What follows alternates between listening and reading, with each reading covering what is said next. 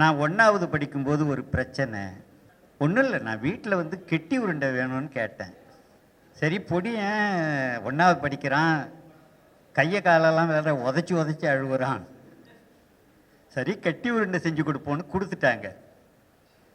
நான் அதை விட்டெறிஞ்சிட்டு வேற கெட்டி உருண்டை வேணும்னு கேட்டேன். அவங்க வேற கெட்டி உருண்டை கொடுத்தாங்க. இது இல்லை வேற கெட்டி உருண்டை அப்படின்னு கேட்டேன். நல்லா பெருசாக விளாம்பழம் பெருசுக்கு ஒரு கெட்டி உருண்டையை கொடுத்தாங்க எடுத்து. இது இல்லை இதுவும் வேண்டாம் வேற கெட்டி உருண்டைன்னு என்னை சமாதானம் பண்ணவே முடியல. அப்புறம்தான் எனக்கு தெரிஞ்சது ஒரு 2 வருஷம் கழிச்சு நான் கேட்டதுக்கு பேர் பொரி உருண்டைன்னு. அப்போ கெட்டி உருண்டை வேற பொரி உருண்டை ஒரு வேறன்னு தெரியல, அது வேற மாதிரி இருக்குமே. மொத்தத்தில் அப்புறம்தான் தெரிஞ்சேன். 1வது படிக்கிற அப்போ எனக்கு வந்த இது மாதிரி சந்தேகம் ஒரு கட்சியை நடத்துகிற தலைவருக்கெல்லாம் வரக்கூடாது. தமிழ் தேசியத்திற்கும் பிழைப்புவாத அரசியலுக்கும் வித்தியாசம் தெரியலன்னு வச்சுக்கோங்க. கட்சி நடத்தக்கூடாது, கட்சியை கலைச்சிடணும். இல்லைன்னா அது பேர் ஏமாத்து வேலைன்னு அர்த்தம். சாயந்தரத்தில் 4 கிலோ வெல்லம் வாங்கிக்கிட்டு போகிறான் ஒருத்தன், மறுநாள் பழைய பெருங்காய டப்பாவில் அடைச்சி காயக்கல்போன்னு விற்கிறான். அது பேர் ஃப்ராடு தனம்னு பேர், அது குற்றம். தமிழ் தேசியம்னா என்னன்னு தெரியலன்னா கற்றுக்கணுமே ஒழிய நான் பேசுறதுக்கு பேருதான் தமிழ் தேசியம்லாம் சொல்லக்கூடாது. பையனுமே அந்த பிள்ளைங்க எனக்கு உள்ளுக்குள்ளார ஒரு பரிதாப உணர்வே உண்டு. அவனுக்கு தெரியல. அந்த பையனும் இந்த உரையெல்லாம் கேட்டு கோவிச்சுக்குவாங்க, என்ன நமக்கு தெரியலன்னு. சொன்னதுக்கெல்லாம் கைத்தட்டினா நீ என்ன அறிவாளின்னு அர்த்தம்? இந்த முட்டை செடியில் காய்ச்சுதுன்னு சொன்னால் அதுக்கு கைத்தட்டுவான். செடியில் எப்படி காய்க்கும்னு யாராவது கேட்டால் உடனே தலைவர் சொல்லுவார், ஏண்டா இம்மாம் பெரிய முட்டை கோசை செடியில் காய்க்கும் போது இம்மாம் பெரிய முட்டை காய்க்காதானா ஒத்துக்குவான். எனக்கு ரொம்ப வியப்பாக இருக்குங்க, எனக்கு ரொம்ப ஆச்சரியமாக இருக்கு. இது ஒரு தேசிய இனம், அறிவார்ந்த தேசிய இனம். கல்வியில் இந்தியாவிலேயே இதுதான் முன்னணியில் இருக்கு. ஆனால் இந்த தேசிய இனம் கடந்த காலத்திலிருந்து தன்னுடைய விடுதலைக்காக போராடி இருக்கு. பெரியார் தமிழ்நாட்டினுடைய விடுதலை தானே கேட்டாரு. தமிழ்நாடு தமிழருக்கே அப்படின்னு சொன்னால் அதன் பொருள் என்னங்கிறது இருக்குல்ல. எல்லாருக்கும் ஒரு மாநிலம்னு தோணுச்சு, பெரியாருக்கு விடுதலை பெற்ற தேசம்னு தோன்றிச்சு. அப்ப நீண்டகால போராட்டம் நடந்திருக்கு, இன்ன வரைக்கும் நடந்திருக்கு. பெரியார், பாவலரேறு பெருஞ்சித்திரனார் போன்றவர்கள் தொடர்ந்து நின்று இருக்காங்க. களத்தில் நின்றவர்கள் தோழர் தமிழரசன் போன்றவர்கள், புலவர் கலியபெருமாள் போன்றவர்கள் 2002 வரைக்கும் அந்த அவர்களுடைய அணி செயல்பாட்டில் இருந்தது. இன்னைக்கு அந்த உணர்வோடு இருக்கிறாங்க, எல்லாம் இருக்கு. இந்த மண்ணில் தமிழ் தேசியம்னா இதுதான் பொய்யான ஒன்றை சொல்லி ஏமாற்ற முடியுதுன்னா இந்த தப்பு யாருக்கிட்ட இருக்கு, எங்க இருக்குன்னு நமக்கு தெரியல. தமிழ் ஒன்றும் இல்லை. 15ஆம் நூற்றாண்டுல தேசங்கள் பிறந்தன, மன்னருடைய முடிவு ஆட்சியாக இருந்தது. நான் ஐரோப்பாவை பற்றி சொல்கிறேன். ஆனால் மன்னர்கள்ட்ட ராஜாக்கள்கிட்ட இருந்தது அந்த நாயகம். அந்த ராஜாவோட தலையை வச்சு கில்லட்டினில் வெட்டிவிட்டு அந்த நாயகத்தை மக்கள்கிட்ட கொடுத்தாங்க. மக்கள் நாயகம்னு பேர், ஜனநாயகம்னு பேர். அதுதான் பிரெஞ்சு புரட்சின்னு பேர். நான் இன்னைக்கு கோட்பாடுகள்லாம் ஒன்றும் பேச போகிறதில்ல அது. ஆனால் இதை மட்டும் தெரிஞ்சு வச்சுக்கோங்க, 1772 தான் தேசியம்ங்கிற சொல்லு வருது. அதுக்கு முன்னாடி தேசங்கள் வந்துடுச்சு. அந்த தேசியம் பிறக்கும்போது அதுக்குன்னு சில பொருள் உண்டு. அந்த தேசியத்தை ஏற்று தான் இன்னைக்கு பிரெஞ்சு தேசியம் பேசுகிறோம், எல்லாம் ஸ்காட்டிஷ் தேசியம் பேசுகிறோம், தமிழ் தேசியம் பேசுகிறோம். ஒரு தேசமானது விடுதலை அடைவதற்கான விடுதலை கருத்தியல் தான் அந்த தேசியம்ங்கிறது. தமிழ் தேசியம்ங்கிறது இந்த தமிழ் தேசிய இனத்தினுடைய விடுதலை கருத்தியல். இத விடுதலைக்கான மூல முழக்கம். தமிழ் தேசத்துக்கு இன்னொரு பொருள்லாம் இருக்க முடியாது. நாய்க்கு இன்னொரு பேர் இருக்கா என்ன? நாய்க்கு நாயின்னு தான் பேர், புலிக்கு புலின்னு தான் பேர். இல்லை எல்லாரும் நம்மெல்லாம் கூடி பேசி வாசலில் ஒரு சொறி நாய் படுத்திருந்தது, அதுக்கு நம்ம வேணாக்கா புலின்னு பேர் வச்சுருவோமா அப்படின்னு சேர்ந்து முடிவெடுக்க முடியுமா? அப்படிலாம் முடிவெடுக்க முடியாது. தமிழ் தேசியம் என்பது இது ரொம்ப அடிப்படையானது. முன்னாடி அந்த பிள்ளைங்கள்லாம் தெளிவடையணுங்கிறேன். எனக்கு நிறைய சொல்லாதீங்க. நேஷன்கிற ஒரு சொல்லு இருக்கு. நேஷன்னா தரையெல்லாம் பார்க்கக்கூடாது, மேப்பை பார்க்கக்கூடாது. அந்த மக்கள், ஒரு தேசிய இன மக்களுக்கு தான் நேஷன்னு பேர். அப்போ தமிழ் தேசியம் என்ன? நேஷனலிசம்னா என்ன? நேஷனலிசம் அப்படின்னா ஏ நேஷன் பிகமிங் ஏ நேஷன் ஸ்டேட். ஒரே வரி தான், இதான் டெஃபினேஷன் அதுக்கு. ஏ நேஷன் பிகமிங் ஏ நேஷன் ஸ்டேட். அப்ப தமிழ் தேசியம்னா என்ன? தமிழ் தேசிய இனம் இறையாண்மை உள்ள தமிழ் தேசத்தை படைத்துக் கொள்வது, அதுதான் தமிழ் தேசியம். இல்லை கொஞ்சம் அப்படிலாம் சொல்லாதீங்க, கொஞ்சம் மூஞ்ச பார்த்து பேசுங்க, கொஞ்சம் போட்டு கொடுங்க. இந்த வேலையெல்லாம் அரசியல் கருத்தியல்ல முடியாது. ஒரு மக்களை திரட்டி கொள்வது ஒரு தேசிய இனத்தை, அந்த தேசிய இனத்திற்கு ஓர்மை உணர்வை உணர்த்துவது. ஏன்னா அந்த ஓர்மை வரலாற்றில் உருவாகி இருக்கும். ஓர்மை உணர்வை உணர்த்துவது. அந்த இனம் தனக்கான வாழ்நில பகுதியில் ஒரு இறையாண்மை உள்ள தேசத்தை படைத்துக் கொள்வதற்கான கருத்தியலும் செயல்பாடுகளும், இதுதான் தமிழ் தேசியம். அப்படி பார்த்தீங்கன்னா 1938 தந்தை பெரியார் பேசியதும் செஞ்சதும் தமிழ் தேசியம்தான். அந்த சாரம்தான். இந்த திராவிடம்னு ஒன்று இருக்குதே அப்படின்னு பெரிய பிரச்சனை. இது இந்த திராவிடத்தை குறுக்க கொண்டு வந்து நீங்க சொல்றீங்க. அவரு பாவேந்தன் வந்திருக்கிறாரு. நேத்து கேட்டேன் பாவேந்தன் பேர் சொன்னீங்க, அன்னைக்கு கோர்ட் வாசல்ல பேத்தேன் லாயருங்கிறீங்க அப்படின்னு ஒருத்தர் கேட்டேன். இதுக்கு என்ன சொல்றது? திராவிடம்ங்கிற சொல்ல பற்றி நான் நிறைய சொல்ல வேண்டாம். தென்னிந்திய நிலப்பரப்புக்கு திராவிடம்னு பேரு. இது ஒரு பொருள், நிலத்தை குறித்தது. திராவிட உத்கல வங்கா நிலத்தை குறிக்குது.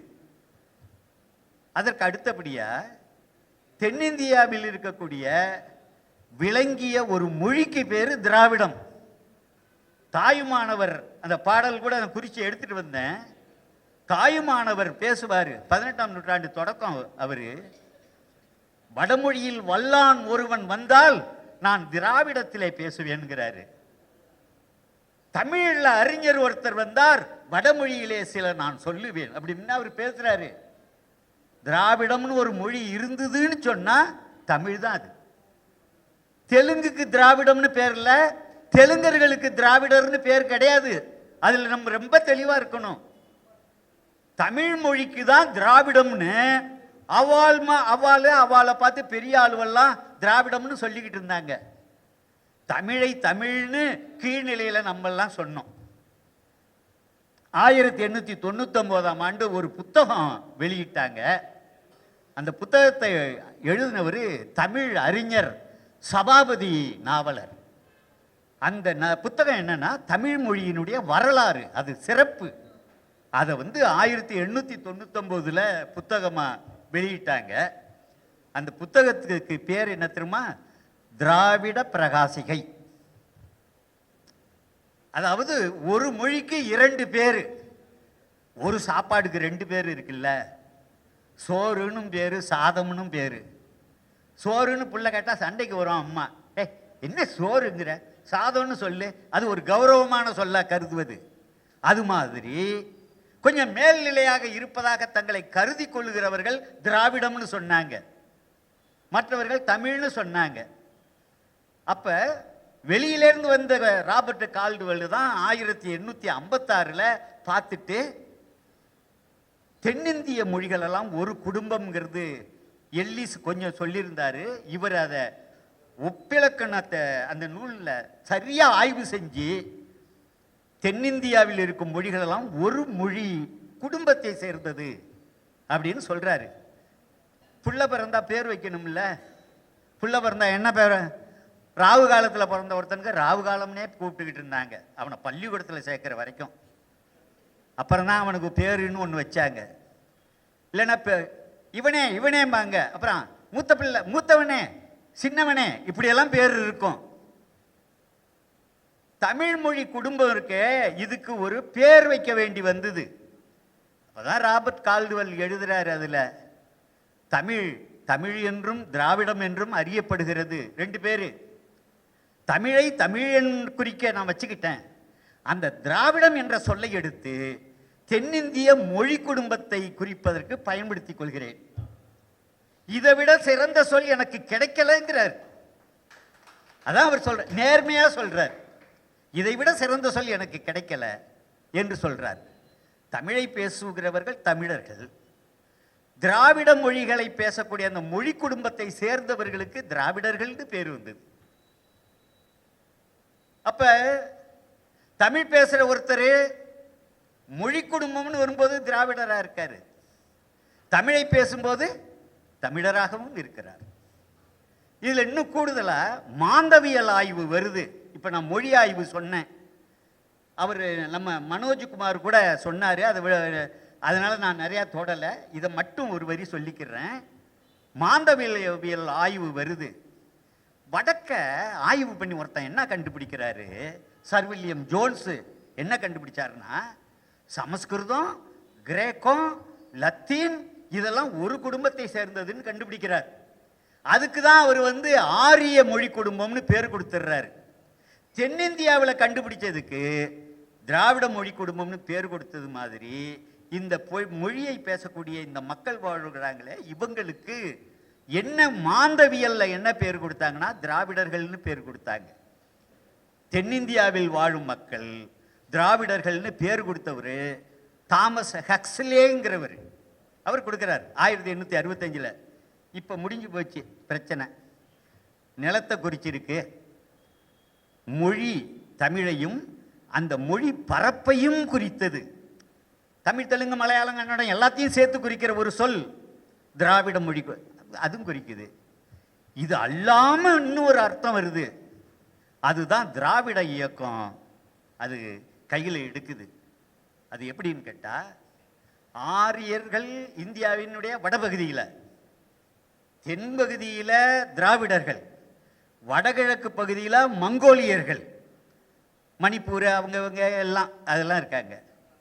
இந்த தென்னிந்தியாவில் இருக்கக்கூடிய ஆரியர்கள், அதாவது திராவிடர்கள், அவர் ராபர்ட் கால்டுவெல் என்ன எழுதிடுறாருன்னா, இவர்கள் தனி இனம், இவர்கள் சூத்திரர்கள் ஆக்கப்பட்டார்கள். ஆரிய பார்ப்பனர்கள் தென்னிந்தியாவுக்கு சூத்திரர்கள் ஆக்கப்பட்டார்கள் அப்படின்னு சொல்லி அந்த ராபர்ட் கால்டுவெல்லோட 1856ஆம் ஆண்டு திராவிட மொழிகளின் ஒப்பிலக்கணத்தில் எழுதிடுறாரு. அப்பதான் இவனுக்கு சுல்லுன்னு கோபம் வருது. ஓஹோ, நம்ம சூத்திரர்கள்னு சொல்லி இப்படி இழிவாக்குனதெல்லாம் இந்த ஆரியர்கள் தான், இது இயற்கையா நிகழலை, கடவுள் அப்படி படைச்சல்லைங்கிறத புரிந்து கொண்டார்கள். அதுக்கப்புறம் தான் உங்களுக்கு நல்லா தெரியும், மனோன்மணியம் சுந்தரனார் அவருடைய பாடலில் வருதுல்ல, ஆரியம் போல அழிஞ்சு ஒழியாத தென்மொழியை இங்கே தமிழை பாராட்டி அவர் பேசுவது, அதற்கு இப்படி வருது. அப்போ இதை கையில் எடுத்துக்கிறாங்க. யார் எடுக்கிறா? அயோத்திதாச பண்டிதர் இதை கையில் எடுத்துக்கிறார். அயோத்திதாச பண்டிதருடைய அந்த அவர் தான் தங்களை திராவிடர் அப்படின்னு அடையாளப்படுத்தி களத்துக்கு கொண்டு வர்ற வேலையை அயோத்திதாச பண்டிதர் தான் செஞ்சார். இது இப்போ நான் சொல்றது ரொம்ப முக்கியமான ஒரு செய்திங்கிறத நான் உங்களுக்கு இதில் சொல்லணும். ஏன்னா அயோத்திதாச பண்டிதர் தான் இதை முதன்முறையாக அவர் எப்படி செய்கிறாருன்னா, இங்கே பாருங்க, ஆரியர்கள் இப்போ நம்மெல்லாம் திராவிடர்கள்னு சொல்லிக்கிறோம், தமிழர்கள்னு சொல்லிக்கிறோம். ஆனால் 18ஆம் நூற்றாண்டில் தமிழர்களெல்லாம் பேர் கிடையாது, திராவிடர்கள்னும் பேர் கிடையாது, சாதிகள் மட்டும்தான். சாதிகளால் தான் அறியப்பட்டோம். ரொம்ப பேர் என்ன நினச்சிக்கிட்டு இருக்காங்கன்னா, பேண்ட் சட்டையோடையே நம்ம பிறந்தோம், புள்ளிங்கோ கட்டிங்கோடையே பிறந்தோன்னு நினச்சிக்கிட்டு இருக்கான். அதெல்லாம் இல்லை. திராவிடர்கள்னு எல்லாரையும் அடையாளப்படுத்துகிற சொல்லு அப்போ பிறக்கலை. தமிழர்கள்ங்கிற சொல்லு இருந்தது, ஆனால் தமிழர்கள்ல எல்லாரும் சேர்க்கப்படலை. இது ரொம்ப முக்கியமான செய்தி, தெரிஞ்சுக்கோங்க. பெரிய அப்போ என்ன ஆச்சுன்னா, அயோத்திதாச பண்டிதர் அந்த வார்த்தையை கையில் எடுக்கிறாரு. 1885 அயோத்திதாச பண்டிதரும் அவர் ரெவரண்ட் ஜான் ரத்னமும் சேர்ந்து திராவிடர் கழகம்னு ஒரு அமைப்பை ஏற்படுத்தினாங்க. திராவிடர் கழகம் என்பது ஏற்படுத்தப்பட்டது 1885. அயோத்திதாசர் ஏற்படுத்துறாரு. அந்த திராவிடம்ங்கிற சொல்லு எல்லாருக்கும் பிடிச்சிருந்தது. அப்ப ராபர்ட் கால்டுவெல்ல படிச்சீங்களா அப்படின்னு. படித்தேன். நாமெல்லாம் திராவிடராம், ஆரியர்கள் இல்லையா, சமஸ்கிருதத்திலிருந்து தமிழ் பிறக்கலையாம், தெளிவா சொல்லிவிட்டாரு. அதோட இல்லாம நம்மள சூத்திரங்கிறானுல்ல, அதெல்லாம் ஆரிய பார்ப்பனர்கள் நம்மள சூத்திரனை இழிவுபடுத்தியிருக்கான் அப்படின்னு சொல்லிட்டு சொன்னதோட இல்ல, இந்த மண்ணின் மைந்தர்கள்னு எழுதி விட்டாருங்க அவர் கால்டுவெல்னு. எல்லாம் ஒருத்தருக்கு ஒருத்தர் அறிஞர்கள் பேசிக்கிட்டாங்க. எப்படி அந்த மாற்றம் வருதுன்னு பாருங்க. அதுல கூட முக்கியமான செய்தி தோழர்களே, ராபர்ட் கால்டுவெல்லோட ஒப்பிலக்கணத்தை பார்த்து இதுல என்ன இருக்கு எல்லாம் ஒரு மொழியிலேருந்து பிறந்துச்சு, திராவிடங்கிற மொழியிலேருந்து, தமிழ்லேருந்து பிறந்துச்சுன்னு அவர் சொல்லலை. அவர் காலத்தில் தொல்காப்பியம் கூட பிரிண்டில் கிடைக்கல அவருக்கு.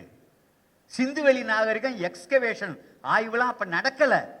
ஒரு மனுஷன் மண்டைக்குள்ளாரியே ஊகமா நன்னூல் மட்டும்தான் கிடைச்சிது அவருக்கு. அதை வச்சுக்கிட்டு ஆய்வு பண்ணி ராபர்ட் கால்டுவெல்லுடைய பங்களிப்பை பார்த்து நான் பிரமிச்சு போகிறேன். நம்ம விரிவாத நம்ம பேசலை. அவர் தென்னிந்திய மொழி தானே, தென்னிந்திய மொழி கொடுமம்னு சொல்லியிருக்க கூடாதா அப்படின்னு சொல்லி கருதுவாங்க. எல்லிஸ் தென்னிந்திய மொழி கொடுமம்னு சொன்னாரு. அதோட இவர் விடல, வட இந்தியாவில் போய் தேடுறாரு. இன்றைய பாகிஸ்தான் பகுதிக்குள்ள பிரஹுய் அப்படிங்கிற தமிழ் மொழி இருக்கு. அப்ப தென்னிந்திய மொழி கொடுமங்கிற வார்த்தை பத்தாது. அவர் சொல்றாரு அதாவது அந்த ரஷ்யாவுக்கு இந்த சைபீரியா ஐஸ் கட்டியா இருக்கும். விலங்கு ஓனாய் ஈனாய் கடிச்சு நார்னதா கிழிச்சு எறிஞ்சு தின்னுடும். வெள்ளேர்னு ஐஸ் கட்டி. அதிலெல்லாம் அந்த பகுதியில் உள்ள மக்களிடமெல்லாம் இந்த தென்னிந்திய இந்த திராவிட மொழி குடும்பத்து வேர்கள் ஏதாவது தென்படுகின்றனவா என்று அலைந்து திரிந்தேன். காணாமல் போய் விடுவது எனக்கு மிக எளிதாக இருந்தது. அப்படி பாடுபட்டு எழுதினதுதான் இந்த திராவிட மொழிகளின் ஒப்பிலக்கணம். அதை டிரான்ஸ்லேட் பண்றதுக்கு தமிழ் பல்கலைக்கழகத்துக்கு 3 வருஷம் ஆயிருக்கு. அப்படின்னா இவ்வளவு அற்புதமான ஒரு படைப்பு. குறைகள் இருக்கலாம், சும்மா தூக்கி அலட்சியப்படுத்துறது. ஆனால் நான் சொல்ல வந்தது வேற கோணம். 2வது எடிஷன் 1875 வரும்போது அப்பதான் ஒரு வேலை செய்கிறாரு. பறையர்னு இங்கெல்லாம் இருக்காங்க. இந்த பறையர்கள் ஒதுக்கி வைக்கப்பட்டிருக்காங்க, வேற ஏதோ இனம் மாதிரி நடத்துறாங்க. நான் திராவிட இனத்தை பற்றி எழுதியிருக்கேன். பறையர்கள் என்பவர்களும் திராவிடர்களே, இதே இனத்தை சேர்ந்தவர்கள் தான் அப்படின்னு எழுதுறாரு. அவன் ரொம்ப கருப்பா இருக்கானே என்று கேட்பாங்க, அதையும் எழுதுறாரு. பகல் முழுவதும் வெயிலில் நின்று காலாகாலமாக வேலை செய்தால் கருப்பாகத்தான் இருப்பார்கள். அவன் நிழல்ல இருந்தா வெளுத்துருவான்னு இது யார் சொல்றா? கால்டுவெல். அதுல வந்த கடுப்பு தான் இன்னும் அடங்கலை பார்ப்பனியத்துக்கு. ஒரு ஒரு ஒரு கடுப்புக்கு ஒரு காரணம் வேணும்ல. இந்த பறையர்களை, இந்த கீழ்நிலை சாதிகளை ஒரு குடும்பத்தை சேர்ந்தவங்கன்னு சொன்னோம்னா மன்னிக்க முடியுங்கிறீங்க. ஒருத்தன் பால் பாயசம் வச்சு ரோட்டில் போகிறவங்களுக்கெல்லாம் கொடுத்துக்கிட்டு இருக்கான். என்ன விஷயம், நல்ல மனுஷனாக இருக்காரு, போகிறவங்களுக்கெல்லாம் பால் பாயசம் கொடுக்குறாரு அப்படின்னா என்ன விஷயங்கன்னு கேட்டால், இல்லை பக்கத்து வீட்டுக்காரருக்கு லாட்டரி சீட்டில் 10 லட்சம் ரூபா விழுந்திருக்கு, ஏன் இப்போ பக்கத்து வீட்டுக்காரருக்கு விழுந்ததுல உங்களுக்கு அவ்வளவு சந்தோஷமா? அது இல்லை, அந்த சீட்டு காணாம போட்டான். இதான் இவன் சந்தோஷத்துக்கு காரணம். வைத்தறிச்சலுக்கு காரணம் என்னங்கிறது புரியும். அப்ப ராபர்ட் கால்டுவெல் இதை சொல்லிட்டாரு. பொழிலன் கூட ஒரு விஷயத்தை சொன்னாரு. தோழர்களே, நல்லா தெரிஞ்சுக்கோங்க, தமிழ் லெக்சிகன் சென்னை பல்கலைக்கழகம் தான் உருவாக்கிச்சு. அது கடைசி அந்த வேலை முடிகிறது 1937. அந்த 37 வந்ததில் தமிழர்னா என்ன போட்டிருக்குன்னு பெரட்டினா 3 அர்த்தம் கொடுப்பான். 1 2 3. அதில் ஒரு அர்த்தம் பறையன் ஒழிந்த தமிழ்ச்சாதியார். பறையர்கள் தமிழர்கள் கிடையாது. அப்ப தெரிஞ்சுக்கோங்க, பறையர்களை தமிழ்ல சேர்க்கல, அப்படிதான் இருந்தது. இன்னைக்கு தெரியலன்னு நினைச்சுக்கிட்டு எவ்வளவு வேலை நடந்திருக்குங்கிறத தெரிஞ்சுக்கோங்க. நல்லா இலைய போட்டு பெரிய சாப்பாடை குமிச்சு வச்சு நல்லா குழம்பு ஊற்றும் போது அதை உருட்டி உருட்டி திங்கிறவனுக்கு இதை யார் தயார் பண்ணா, இந்த அரிசி எங்கிருந்து வந்தது, மிளகாய் எங்க, ஒண்ணுமே தெரியாதுல்ல. அது மாதிரி இந்த தலைமுறைக்கு தெரியாது, நாம கற்பிக்கவும் இல்லை. அப்ப என்ன ஆச்சு? நான் அயோத்திதாச பண்டிதரை சொல்ல ஆரம்பிச்சேன். அதுலேருந்து அயோத்திதாச பண்டிதர், அவர் பிற அறிஞர்கள், பெரியார், இவங்கெல்லாம் திராவிடர்கள்னு சொல்லியும், திராவிடர்னா ஆரியர் அல்லாதவர்கள், ஆரியர் அல்லாதவர்களுக்கு திராவிடர்கள்னு சொல்லியும், ஆரியர்கள் பார்ப்பனர்கள், பார்ப்பனர் அல்லாதவர்களுக்கு திராவிடர்கள் கொடுத்தியும், நம்மெல்லாம் திராவிடர்கள்னு சொல்லி அதிலேயே ரெட்டமலை சீனிவாசன் ஆதி திராவிடருங்கிற வார்த்தையை காயின் பண்றார் 1892. 1891 திராவிட மகாஜன சபா, அயோத்திதாச பண்டிதர் ரெட்டமலை சீனிவாசன் ஆதி திராவிட மகாஜன சபை உருவாக்குறாரு. இந்த ரெண்டையும் மெதுவா இணைச்சு, உங்களுக்கு ஒரு செய்தி தெரியுமா தோழர்களே? தந்தை பெரியார்னு ஒருத்தர் இருந்தாரு. அவரு 1928 1938 இடையில 10 வருஷத்துல 25 ஆதி திராவிடர் மாநாடுகளை நடத்தினார். பட்டியல் எங்கன்னு வேணும்னு கேட்டாக்கா தோழர் பாரதியை பிடிச்சுக்கோங்க. ஏன்னா தோழர் தியாகு சமூக நீதி தமிழ் தேசத்துல நான் எழுதின கட்டுரையில அந்த பட்டியல் கொடுத்துருக்கேன். என்கிட்டயே இல்லாம அவர் அனுப்பி வச்சாரு அதை எடுத்து. ஆமா, அதுல அப்ப தெரிஞ்சுக்கோங்க, தமிழர்கள்ங்கிற ஒற்றை சொல்லுக்குள்ளார எல்லாத்தையும் ஒருங்கிணைச்சு கொண்டு சேர்த்த பெருமை பெரியாருக்கும் பிற தலைவர்களுக்கும், நாம மதிக்கிற தலைவர்களுக்கும் இருக்கிறது. இன்னைக்கு எல்லாரும் தமிழர்கள். அப்பவும் தமிழ்நாடு தான் வந்துடுச்சுல்ல, நாமெல்லாம் தமிழர்கள் தானே. அப்புறம் ஏன் இன்னும் திராவிடர் அப்படின்னு சொன்னா, சட்டையை கட்டிட்டு உடம்பெல்லாம் பட்டையை போட்டுக்கிட்டு, சட்டையை கட்டிக்கிட்டு ஒரு மாலையை போட்டுக்கிட்டு விபூதியை தடவிக்கிட்டு பார்ப்பனர்கள்ட்ட அப்படி கூணி குறுகி நின்று கையேந்தி விபூதி வாங்கி தடவும் போது அவர் தமிழரால் இருக்கலாம். ஆனா போட அப்படி மீசையை முறுக்கும் போது அவர் பேரு திராவிடர்.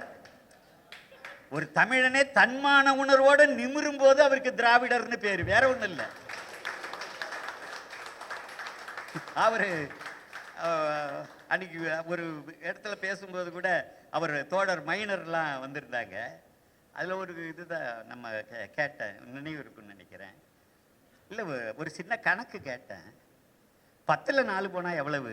தோழர்கள் எளிதா சொல்லுவாங்க 6ன்னு. 5ல் 2 போனா எவ்வளவு? 3ன்னு சொல்லுவாங்க. அதுல சந்தேகம் இல்ல. தமிழர்கள் மைனஸ் பார்ப்பனர் ஈக்குவல் டு என்ன? இதுதான் கேள்வி.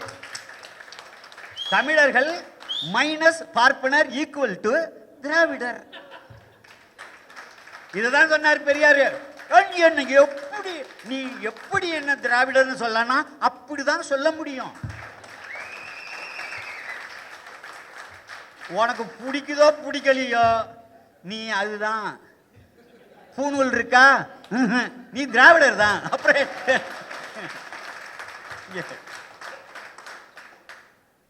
அப்ப இந்த செய்தியை நீங்க உள்வாங்கிக்கணும். திராவிடர் அப்படின்னு இந்த முழக்கிறதெல்லாம் இருக்குல்ல, அதுக்கு பொருள் என்னன்னா, எனக்கு அம்மாவெல்லாம் தெரியாதுங்க அப்படின்னு அர்த்தம். எனக்கு வரலாறு தெரியாது, என்ன நடந்ததுன்னு தெரியாது, எதுவுமே தெரியாது அப்படின்னு தன்னைத்தானே அதாவது வெளிப்படுத்திக்கிறது.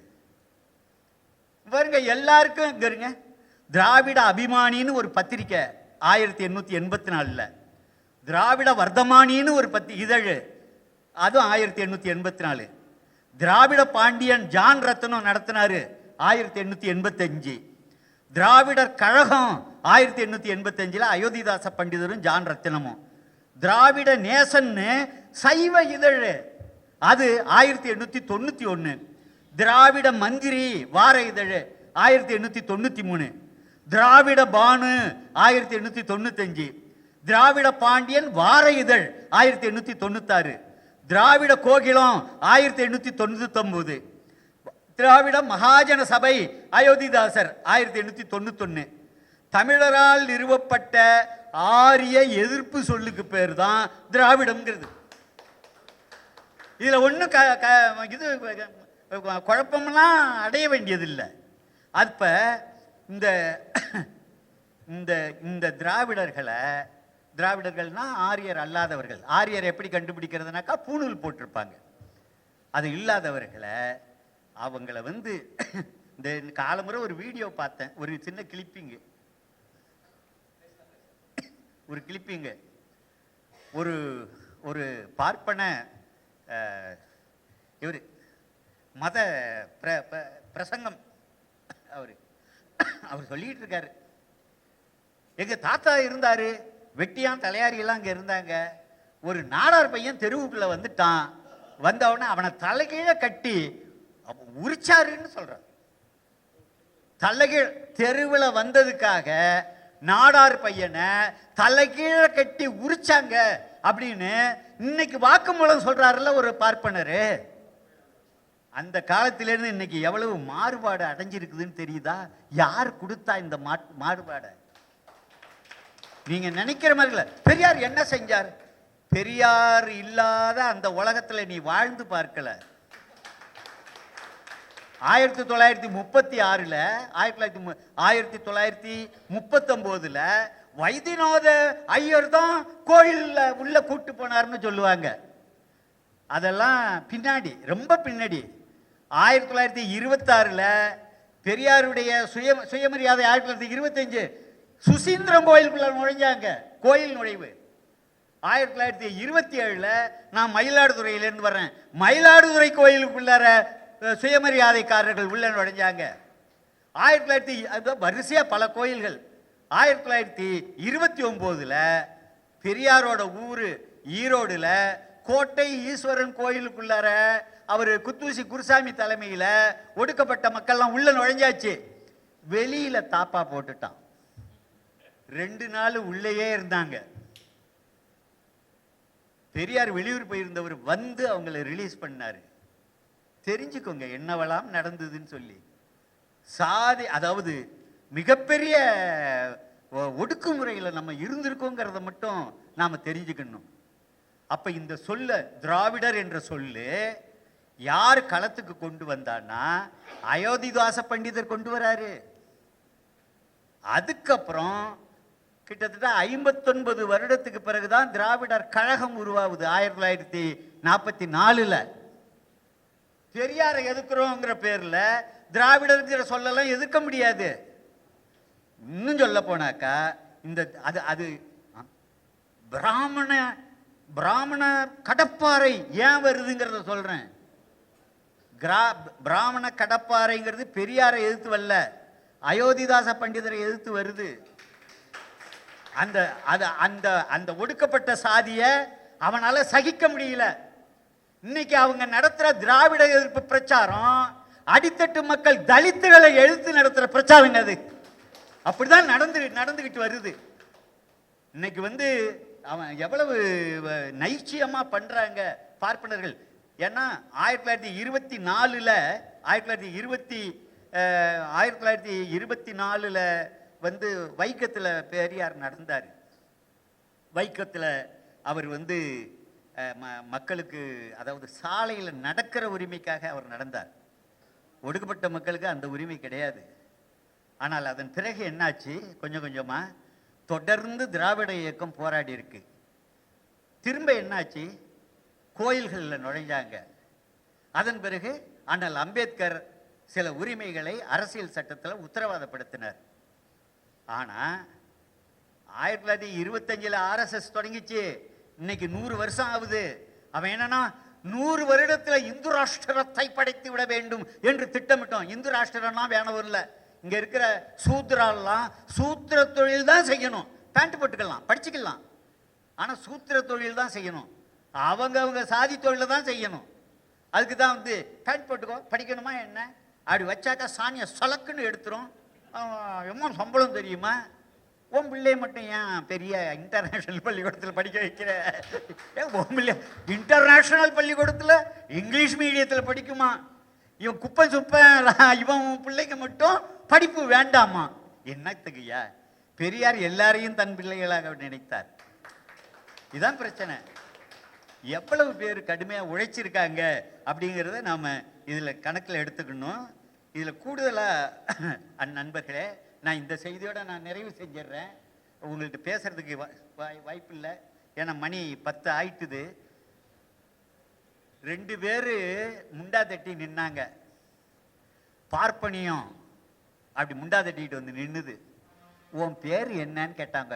ஆர்எஸ்எஸ், ராஷ்டிரிய ஸ்வயம் சேவக் சங்குனா. உங்க பேர் என்ன அப்படின்னு கேட்டான். என் பேரு ஈவே ராமசாமி. பெரியார்னு சொல்லுவாங்க, அன்பா இருக்கிறவங்க தந்தை பெரியார்னு சொல்லுவாங்க அப்படின்னு இவர் சொன்னார். 2 பேரும் ஒரே நேரத்தில் தான் வேலையை தொடங்குறாங்க. 1924 ரோட்டில் இழுத்துக்கிட்டு போறாரு எல்லாரையும் வாங்க அப்படின்னு. 2 தடவை ஜெயிலில் போட்டான் அங்க. ஆர்எஸ்எஸ் அதே நேரத்தில் அவன் வேலையை தொடங்குறான். கொஞ்ச நாள் ஆச்சு.